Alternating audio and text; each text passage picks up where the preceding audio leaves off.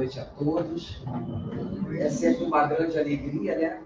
Podermos estar juntos nessa casa que é muito querida já aos nossos corações, reencontrando amigos, né? De tanto tempo, outros passamos a conhecer agora.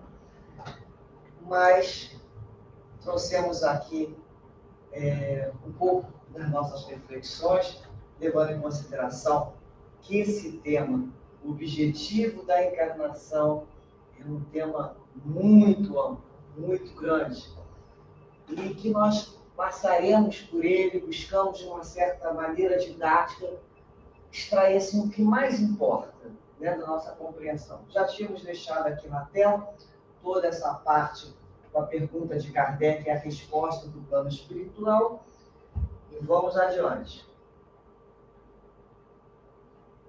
Então, nós separamos naquela imagem, o primeiro momento de toda aquela explicação do plano espiritual, nós separamos aqui. Deus lhes põe a encarnação como fim de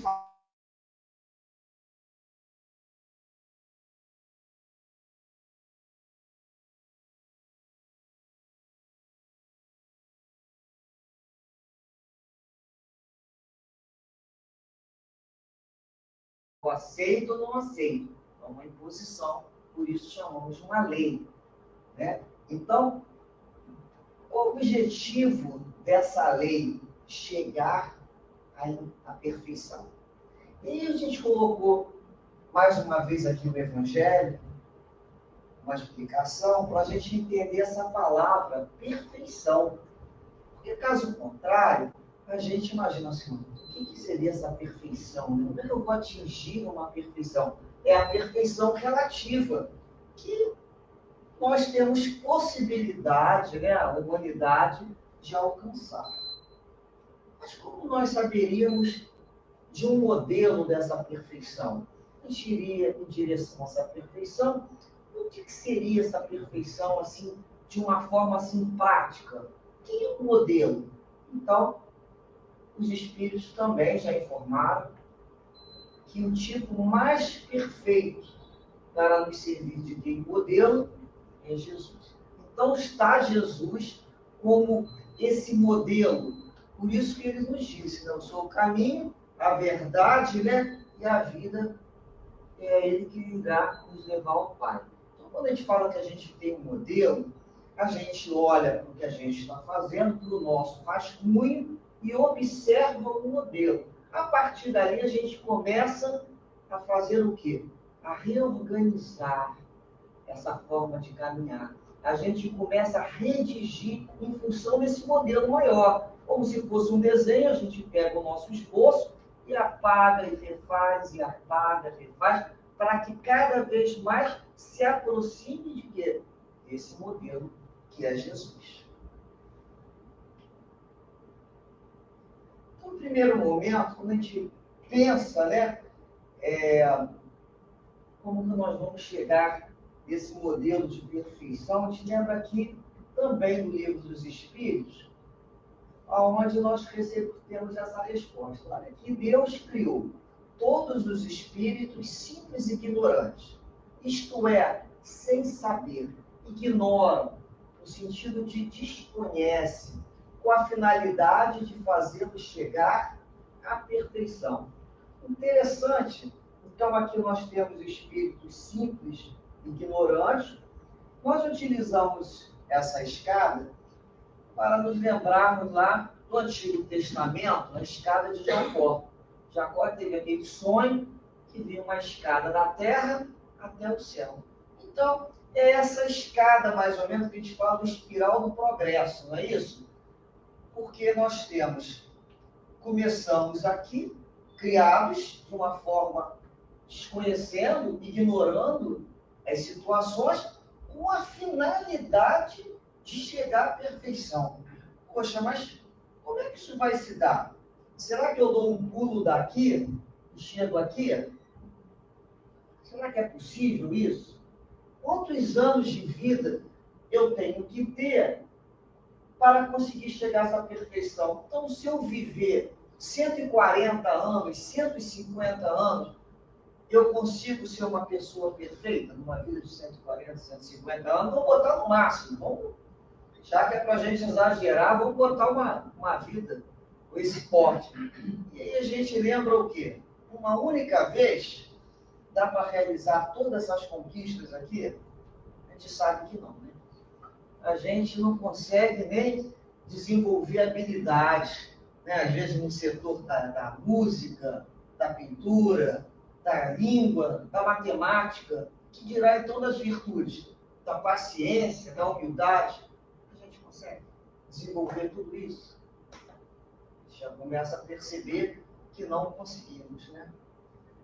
E aí a gente vai lembrar, né, que nós precisamos de alguma coisa para preencher esse aqui que nós chamamos de um hiato. Existe aqui um meio termo entre o início e o objetivo final, existe aqui isso que nós chamamos de um hiato. Como é que a gente vai preencher esse hiato? São vários degraus. Então, nós trouxemos aqui essa imagem. Nós vamos ver aqui, porque está difícil aqui, né? Que a reencarnação é necessária ao duplo progresso moral e intelectual do espírito. Ao progresso material, pela atividade obrigatória do trabalho, ao progresso moral, pela necessidade recíproca dos homens entre si. A vida social é apenas de toque das boas ou más qualidades. Se encontra lá no céu e no inferno. Então, nós vamos olhar aqui também o Emmanuel, né, o Espírito Emmanuel, sempre com essa ideia dessas duas asas. Uma asa do amor e a outra asa da sabedoria. Asas essas que nós entendemos como as duas conquistas, né? A conquista da intelectualidade e a conquista da moral. Já imaginou uma asa só e a gente não voa, né? Então é preciso as duas asas para que esse espírito alce, né, que a gente pode dizer, voos cada vez mais altos, né? E aí a gente lembra que não pode haver também o desequilíbrio. Então a gente começa a ver, se o espírito desenvolveu muito a asa da intelectualidade, ele vai precisar de oportunidade para desenvolver a asa da moral. Sempre essa ideia. Essas duas asas, raramente, elas marcham juntas. Então, geralmente, o progresso intelectual vem na frente e depois vem o progresso moral. Por isso, a gente percebe que uma vida somente não caberia o tamanho do trabalho que cabe o espírito, que a gente diz, né, realizar. Nós trouxemos aqui também essa questão 96 do Livro dos Espíritos, e que nos diz que eles são diferentes de acordo com o grau de perfeição que eles têm alcançado, né? Então, chamamos aqui de espírito puro aos que atingiram o grau supremo, intelectual e moral. Mas aquela questão dessa asa simbólica, desse desenvolvimento, né, da criatura. Mas nós vamos ver aqui os espíritos imperfeitos se encontram aqui nessa base. Então, mais uma vez, eles vão, a cada existência, né, eles vão se melhorando. Várias existências. Então, eles vão passando, que a gente chama de um degrau para o outro degrau. Poderíamos chamar isso também de escala, né? Da escala espírita. Mas nós lembramos também da escola. Então, numa escola, nós temos um prédio, e nesse prédio, os alunos, cada um deles, se encontra matriculado numa classe, uma série. E é interessante que, em um determinado momento, vamos imaginar, que a gente chama de recreio dos alunos, né? Aquele momento de socialização. Eles estão juntos, eles conversam, eles trocam ideia, mas na hora que toca lá a campainha, o sinal, cada um vai para a sua sala. Cada um vai para a sua série. mesmo estando todos juntos, cada um se encontra matriculado numa série de acordo com o seu conhecimento e será avaliado de acordo com esse conhecimento. Da mesma forma, nós estamos na escola chamada Planeta Terra. Estamos todos juntos. Mas em determinados momentos em que somos convidados a vivenciar as provas da nossa vida, cada um de nós é chamado à sua avaliação. Então, isso independe, né? Que a gente fala das características até físicas, se ele é novo, se ele é uma pessoa mais idosa. O que se coloca aí é o espírito imortal com a sua possibilidade, as suas avaliações. Então, a gente começa a reparar que esses alunos que se encontram cada um numa série, eles vão se melhorando, sendo avaliados, passando para outras mais adiantadas. O aluno, no colégio, a gente sabe que o aluno pode repetir de ano, mas ele não retrograda. Ele não volta para a série anterior. Ele estaciona. Ele pode estacionar, mas não retrocede. Isso é uma coisa que a gente tem sempre que lembrar, né?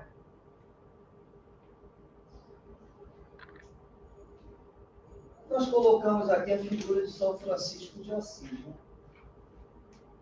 Mais uma vez, aqui está um pouco apertadinho, a gente vai ver.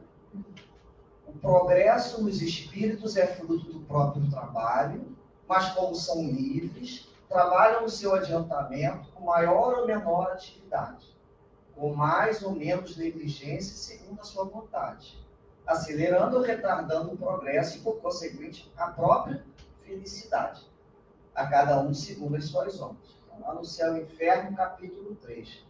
Então, quando a gente lembra daqueles espíritos mais evoluídos, a gente lembra de uma figura de São Francisco de Assis, a gente lembra de Kardec, a gente lembra de Dr. Bezerra, a gente lembra lá de uma conquista intelectual como Einstein. E a gente pensa assim, né? Será que ele teve privilégio? Não, o espírito não tem privilégio, porque o início de todos foi igual. Simples e ignorante. O que aconteceu então na realidade? Quando esse espírito chega ao nível de conhecimento intelectual ou de moral, é porque ele passou por muito esforço e muito trabalho. A gente comum pergunta assim, nossa, você para conhecer essa matéria, você fez faculdade? É assim que a gente pergunta. Você estudou?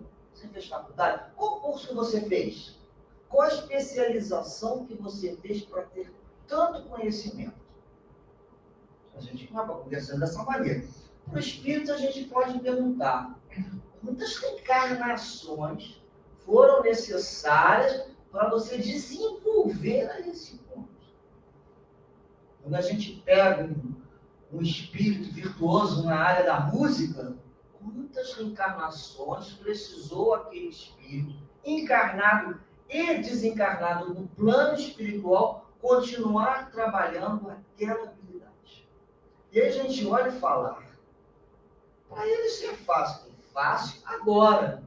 Mas quanto tempo aquele espírito vem abrindo mão, se esforçando para fazer uma conquista? Como todos nós.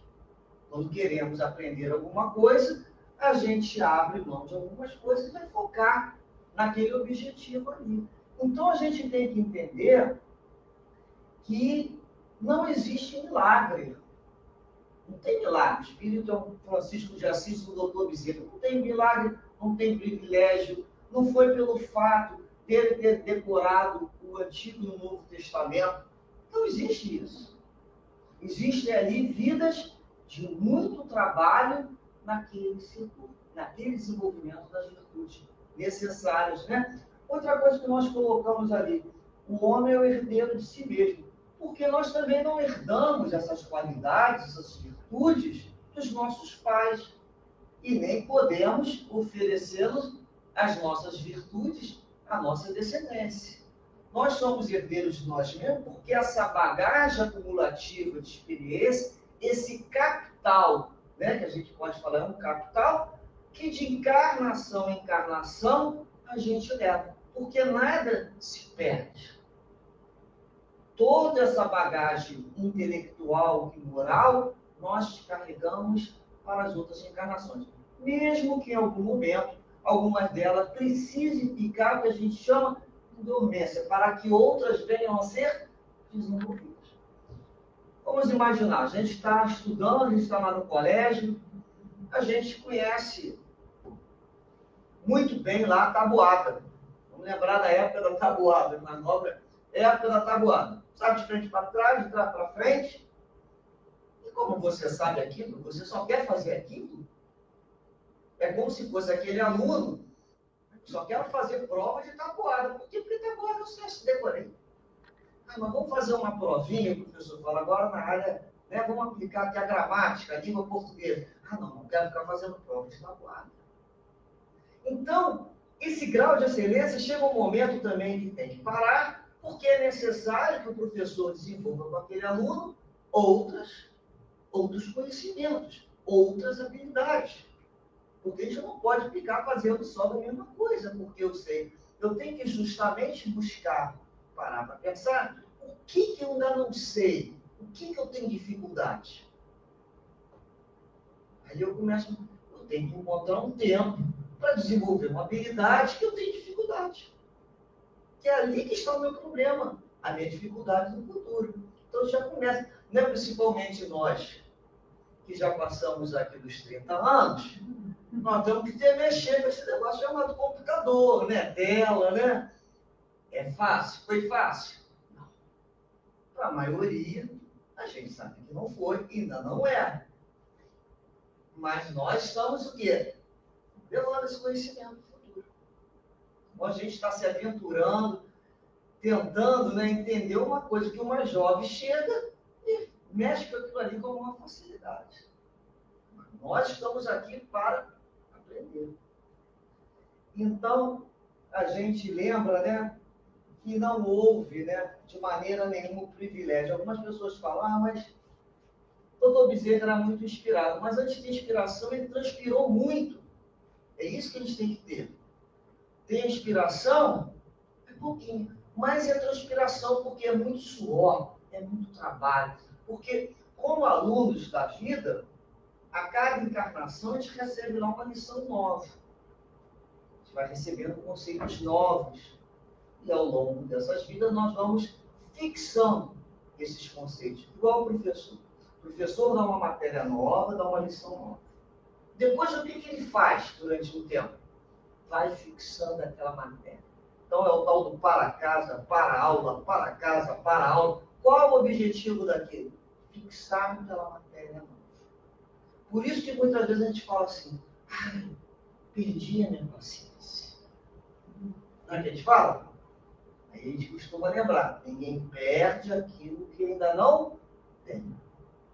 Paciência é uma lição nova para a maioria de nós, que nós estamos fixando. Então, porque quando é conquista, não se perde. É igual aquela tabuada que o camarada sabe de frente para trás, de trás para frente. Conquistou. Essas outras lições, elas precisam ser fixadas. Em cada reencarnação, nós vamos fixando um pouquinho desse conhecimento, porque é muita matéria, então, nos permitem, né, fixar aos poucos. Então, nós falamos aqui desses espíritos mais elevados, naquela escala que nós vimos, eles caminhando, e aqui nós vamos pensar numa outra escadinha, né, os outros esperando, ajudando a subir, e lembrando aqui, ó, haverá espíritos que se conservem eternamente nas ordens inferiores? Eternamente? Não. Todos se tornarão perfeitos. Olha, até eu. Olha aqui. Eu gosto de ler isso muitas vezes. Até eu. Gente, não vai ser espírito superior, vai ser guia espiritual. Nós temos um fiador, que é o guia nosso. E olha para a gente e fala, você vai chegar lá. Você está dando muito trabalho, mas vai chegar lá. Então, todos Então, quando a gente imagina essa questão, que não há retrocesso. Então, a gente começa a lembrar que esses espíritos imperfeitos, muito atrasados, eles vão se aperfeiçoar. Nenhuma experiência foi perdida. Algumas pessoas falam assim, eu tenho vergonha do meu passado. Mas por que tem vergonha do passado? É ele que te deu a possibilidade de estar aqui hoje no presente. Se não fossem os erros do passado, em algum momento bem sérios, nós não teríamos acordado. Às vezes é necessário que a gente caia para poder levantar melhor, porque senão anda tropeçando. Então, muitas vezes o espírito, ele vai caminhar, mas que hora? No momento em que aquela dor o desperta, a gente chama processo de despertamento da consciência. Então, muitas vezes o espírito, ele vive de uma forma que a gente chama, desleixada com a vida, como aquele aluno que vai no colégio sem entender a responsabilidade que aquilo ali representa. Ele vai por aí, ele vai de uma forma leviana, até o momento em que ele para se ver no processo do mundo como escola. Então, não é a gente, quando começa a ter os problemas, que a gente fala, o que faz a gente subir são esses problemas, porque os problemas nos pedem o quê? Solução. E toda vez que nós temos um problema, a gente para pensar, para encontrar essa solução. Seja uma solução na área intelectual, seja uma solução no setor moral, no setor da convivência. Então, nós vamos vendo que esses alunos, eles vão caminhando, até porque, primeiro, aqueles seus amigos caminharam e eles ficaram. Não acontece isso como na escola? A gente vai ver aquela turma dos coleguinhas passando e aquele outro que pertence à mesma classe. Mais uma vez na mesma classe, mais uma vez na mesma classe. Ele pode estacionar, mas existe uma lei, que é chamada lei do progresso, porque ele vai ter que progredir. Ou ele toma consciência e progride por conta própria, ou a própria vida de roldão o carrega para essas conquistas. E aí a gente lembra, que a gente, quantas vezes nas nossas vidas, nós pensamos assim, se eu pudesse fazer isso diferente. Não lembramos disso? Quem nunca, Quem nunca pensou, se eu soubesse o que eu sei hoje, eu faria diferente. E nós pedimos também a Deus essa oportunidade. Quando a gente está cansado de sofrer, cansado de errar, cansado de não encontrar solução, a gente pede a Deus, meu Deus, queria ter uma nova oportunidade. Então, a gente vai vendo aqui, em todos os aspectos, os próprios companheiros ajudando, mas acima de tudo, a misericórdia de Deus nos impulsionando a progredir, a conquistar esse degrau mais elevado de perfeição.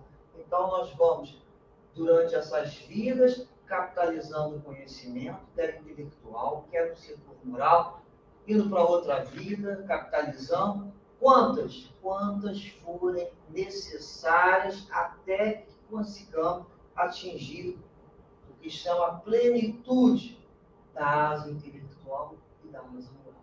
Então, nós certamente teremos o que chamam de muito trabalho pela frente. Aqui nós colocamos essas duas imagens.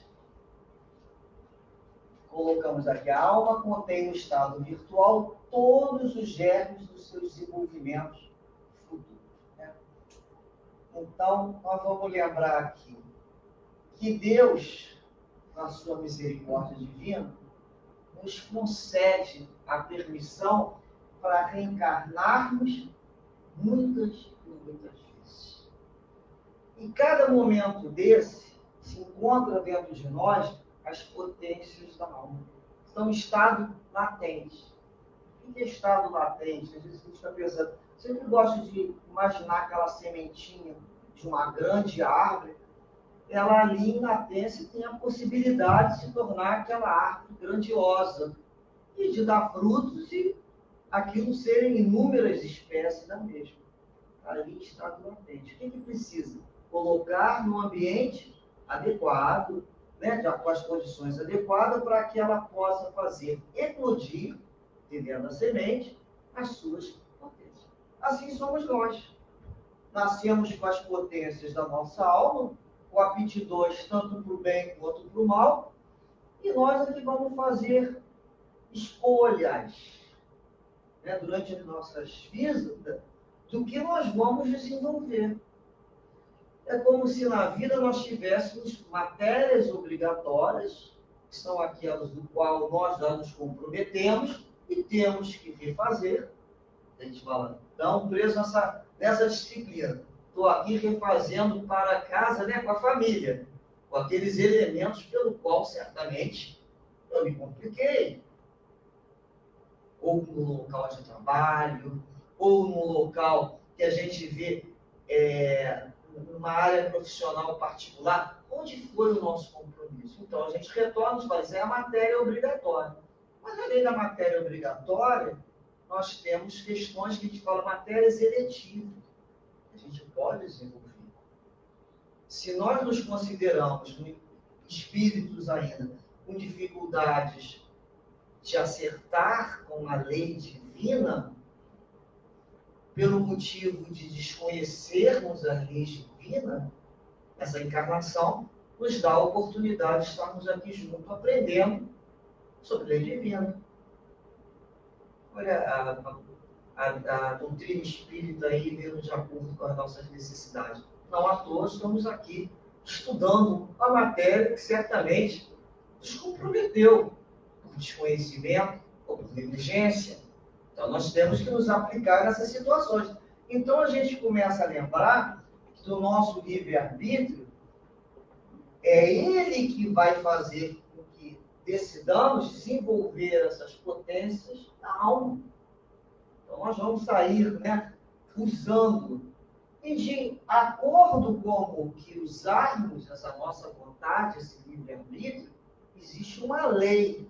Toda vez que eu vivo, que eu penso, que eu desejo, que eu envio um pensamento, não estou dizendo no plano de pensamento, eu aciono a lei. E toda a lei, qual é a lei que rege isso? Lei de ação e reação. Sempre vou encontrar a lei de ação e reação. Então, o mecanismo da vida, ele é todo montado por lei. Então, eu querendo, desejando, expressando ou não expressando, ao viver, eu envolvo sempre ação e reação. Uma ação boa vai ter uma reação positiva. Uma ação má vai ter uma reação negativa. Isso foi de acordo com o meu livre. Eu não fui obrigado. Eu posso ter agido errado por desconhecimento, que também é uma opção minha. Às vezes as pessoas perguntam, o que você quer? Ah, eu não sei. Está reparado? Ah, eu não sei. O que nós vamos comer? Não sei. Alguém vai e escolhe por você. Daqui a pouco você olha para frente daquele prato, mas eu não escolhi isso. Escolhi. Quando você deixou de se posicionar e de escolher. Então, até a omissão é uma escolha. Então, a gente começa a lembrar que diante, né, desse livre-arbítrio, desenvolvimento da potência, dessa ação e reação, é que nós vamos ver essa aparente desigualdade entre os espíritos. Por que um está no nível inferior, o outro está em superior e o outro já é tão elevado? Em função dessas escolhas. Porque quanto mais o espírito ele experiencia e compreende as leis de Deus, ele tem o que é melhor? Um discernimento do que é bom e o que não é bom. Porque quando a gente conhece, a gente fala assim, eu queria acertar, mas eu não sei nem a resposta.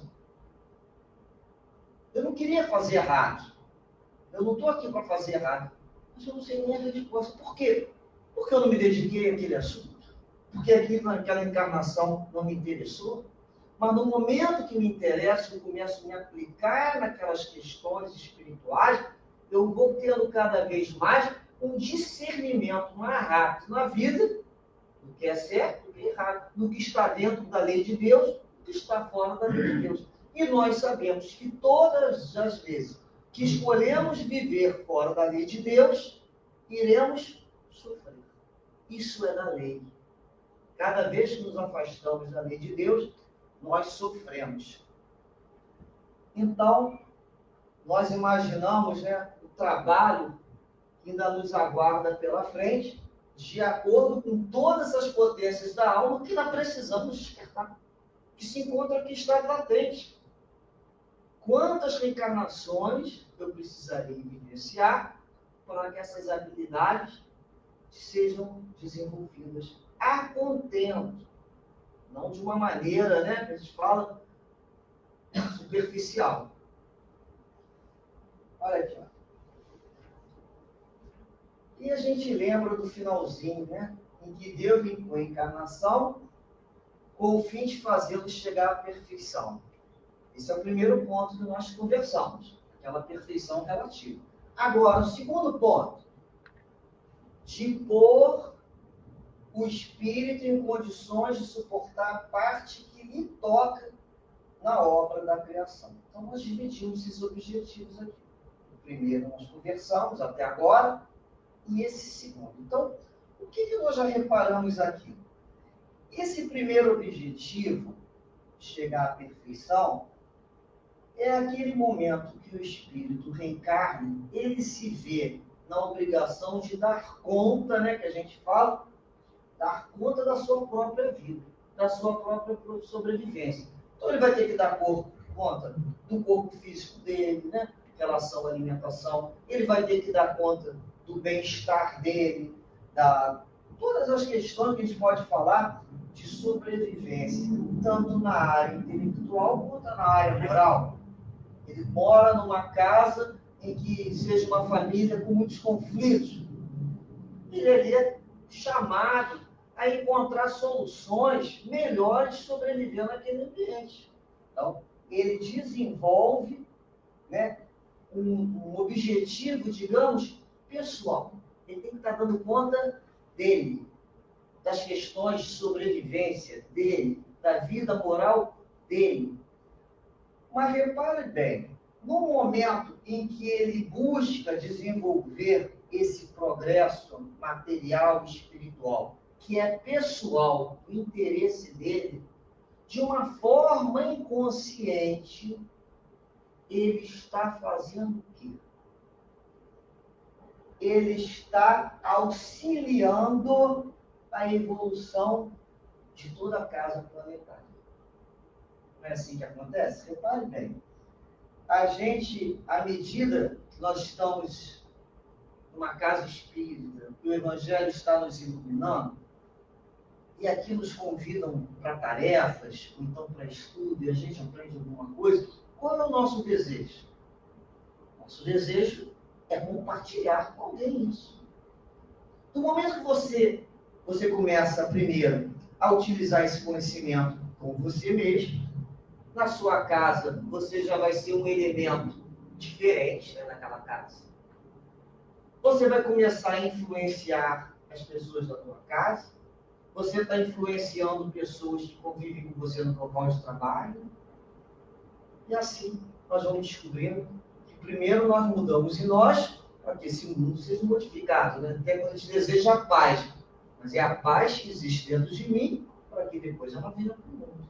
Então, de uma forma, eu começo com esse progresso individual e, ao mesmo tempo, ele se torna o que a gente chama coletivo. A gente sempre lembra de uma família, né? O planeta é um lar. Nós falamos do planeta Terra como escola, mas nós podemos falar dele também como um lar. Esse lar, vamos imaginar uma casa, tem lá o papai, a mamãe e muitos filhos. Os filhos, os pais, trabalham, cuidam daquela casa, da alimentação, para garantir àqueles filhos uma vida confortável, uma vida digna. Conforme os filhos mais velhos vão crescendo, o que o mais velho faz? Ele ajuda a cuidar dos irmãos mais novos. Então a vida, a gente vai vendo que é assim. E aí tem o trabalho daquela casa. tem que arrumar aquela cama que você dormiu, você tem que recolher a louça que você comeu para o seu café. Os mais velhos ajudam lá o irmãozinho a arrumar a cama dele, não é assim? Vai ensinar, para que depois ele arrume sozinho. Vai ajudar a fazer um lanche, vai ajudar a levar no colégio. Mas é bom que aqueles irmãozinhos mais novos, eles começam já a fazer para eles. E aí eles liberam os mais velhos. Mas muitos desses irmãos, desses membros da família, quando fala que tem que ajudar o outro irmão, ele fala que não quer ajudar ninguém. Então, muitas vezes, é aquele membro que mal faz para ele, que dirá ajudar o outro. Então, nós vamos ter os membros preguiçosos da família também, que é natural da vida. Mas a gente começa a observar que é um organismo. Quando todos ajudam aquela casa, a casa progride melhor. Mas nós vamos encontrar criaturas que vão dizer, nem para mim eu quero fazer, nem a minha cama eu quero.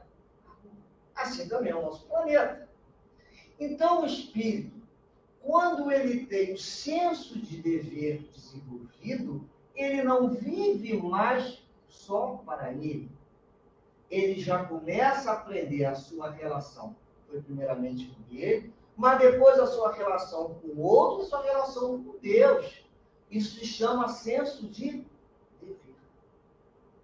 Então, cada vez mais nós vamos ampliando essa nossa consciência de que fazemos parte de uma grande família, onde somos todos filhos de Deus, e buscamos fazer a nossa parte. A minha parte individual e a minha parte no todo. Como eu posso ser útil aos que comigo convivem? Como eu posso ajudar o outro a entender aquilo que eu já entendo? Como eu posso fazer? Então, assim nós vamos aumentando cada vez mais essa tarefa, porque a gente já se sente feliz por falar, eu faço parte dessa família, dessa fraternidade, né, humana. Então, é assim que nós vamos desenvolvendo esses dois objetivos da encarnação, o pessoal e o coletivo. Nós terminamos aqui nosso tempo, lembrando, né, que se coloca como Allan Kardec nos dizendo, nascer, morrer, renascer ainda e progredir sem cessar, esta é a lei. Então aqui nós já voltamos à reencarnação, né? Os espíritos, numa idade, vai ao desencarne e depois encarnam novamente e é sem cessar. E aí a gente pensa assim, puxa, mas aí eu quero mudar a minha vida, eu quero ressignificar a minha vida, eu quero ter uma evolução melhor. Então é só quando eu reencarnar novamente essa oportunidade, eu preciso, né, do reencarnol. Reencarnol é para quando a criatura está reclamando muito da vida, né? E ela fala assim, mas qual a solução? A solução é reencarnol. Quer? Não quero. Alguém quer reencarnol? Não quero. Vamos tentar aprender de outra maneira. Não é possível que eu só possa aprender uma outra reencarnação.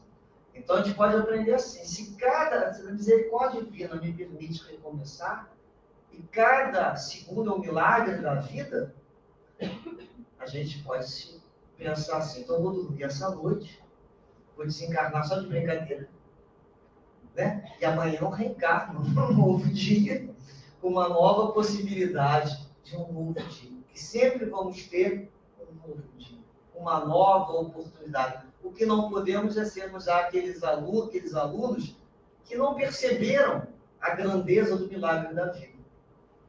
Porque a pior situação de um espírito é ele ter a sensação de tempo perdido. Isso é uma das maiores dores, né, que a gente escuta no plano espiritual. Os espíritos vão se queixar do tempo perdido. Então, o nosso tempo é valioso. Valioso no sentido da gente apreciar os nossos relacionamentos, observar as nossas dificuldades, não no sentido de de nos menosprezar, mas no sentido, estou aprendendo, estou na escala, aonde é que eu estou ali, entre o início e o final? Estou ali naquela meiuca, entendeu? Eu estou caminhando, eu estou com dificuldade, mas eu estou me esforçando. Eu não estou pulando aqueles degraus, eu vou, mas eu vou nem que seja de rastro, é aquela situação. Eu vou, de qualquer maneira, caminhar para melhorar. Que Deus assim possa, então, a todos nós, a cada minuto, nos relembrarmos desse milagre da vida, da misericórdia divina, em que nos presenteou com a presente reencarnação, com essa possibilidade de ressignificar toda uma vida. Muita paz a todos.